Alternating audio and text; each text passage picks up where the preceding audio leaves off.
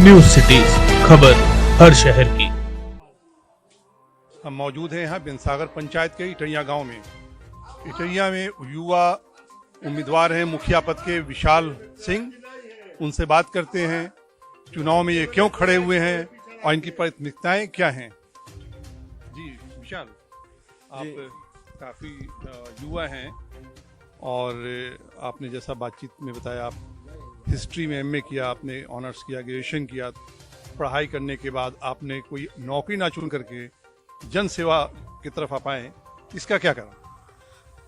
सबसे पहले मैं अपने बिनसागर पंचायत को, ग्रामीण जनता को प्रणाम करते हैं।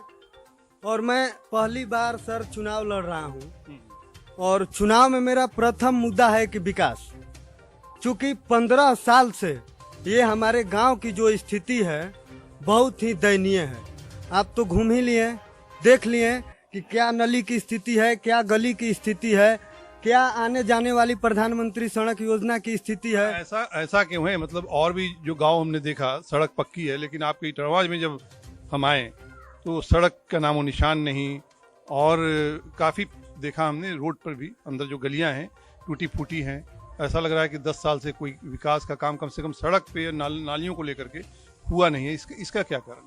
इसका महत्वपूर्ण कारण है कि हमारा जो पंचायत बिनसागर है और बिनसागर में ही 15 सालों से मुखियागिरी रह रहा है और वहाँ के जो प्रतिनिधि हैं वो यहाँ न बिल्कुल काम करते हैं, न कि एगो ईंटा लगाए हैं न गिट्टी लगाए हैं। मतलब जो मुखिया हैं वो यहाँ के लोगों का वोट के बगैर वो जीतते हैं। यहाँ से उनको 10-20 वोट मिलता है और वहाँ और उनका गढ़ है घोपतपुर में, वहीं से वो ज्यादा वोट प्राप्त करते हैं, वहीं ज्यादा सेवा करते हैं। मतलब वोट नहीं मिलने से वो बदला इस गांव से ले रहे हैं कि वोट नहीं दिया है तो विकास काज भी इस गांव में नहीं होगा। यही कारण है। जी जी, यही कारण है। अच्छा, आप मुखिया पद के उम्मीदवार हैं, आप मुखिया में चुनाव जीतते हैं या चुनाव नहीं जीतते हैं? अगर नहीं भी चुनाव अगर आप जीतते हैं तो क्या आप लोगों के बीच में ऐसे ही जुड़े रहेंगे और जो विकास यहाँ पे नहीं हुआ है उसको लेकर के आप अपने तौर पे सरकारी जो योजनाएं हैं उस योजनाओं को लाने का आप कार्य करेंगे? सर, हम तो मुखिया नहीं है तब पर भी राजीव गांधी से एग्रीकल्चर के लिए ट्रांसफार्मर लगाने के लिए पोल गिराए हैं, हर एक किसान को खेत तक लाइन लाने के लिए। अगर हम मुखिया नहीं भी बनते हैं तो गांव के विकास के लिए हर एक कदम कदम के लिए हम चलेंगे। लोग जहां खोजेंगे वहां पर हम मौजूद रहेंगे। और आगे क्या इरादा है? मतलब ये चुनाव के बाद सक्रिय राजनीति में ही आप बने रहेंगे या बिल्कुल?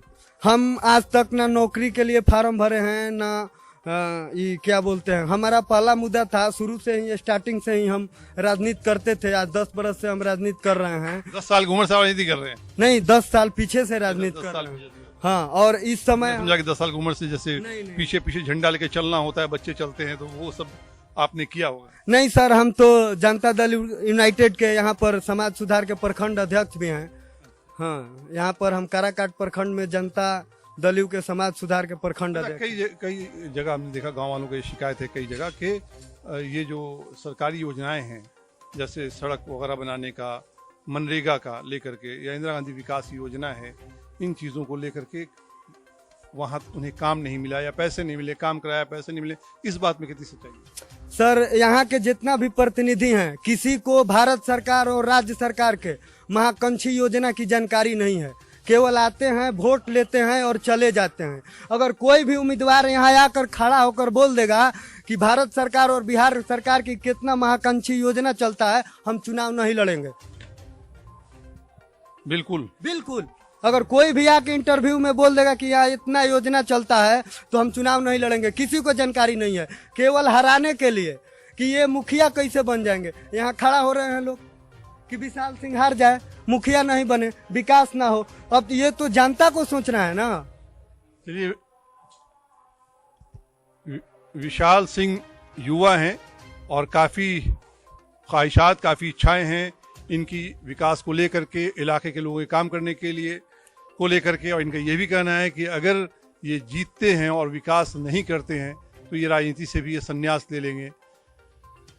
और जो हाल हमने भी देखा इस गांव का, इस इलाके का, तो ये हमने देखा कि काफ़ी ज़्यादा जो है ये गांव और गांव से जो इसी पंचायत से जुड़े दूसरे गांव हैं उससे विकास को लेकर के ये गांव पिछड़ा है, सड़कें नहीं हैं, नालियां हैं वो टूटी फूटी हैं, गंदगी भी हमने देखी। तो ये गांव कहीं ना कहीं अवहेलना का शिकार है। ये चीज़ जो है न्यूज़ सिटीज़ की टीम इसने भी देखी। मैं रुमान हाशमी, वीडियो जर्नलिस्ट डब्लू कुमार के साथ, धन्यवाद।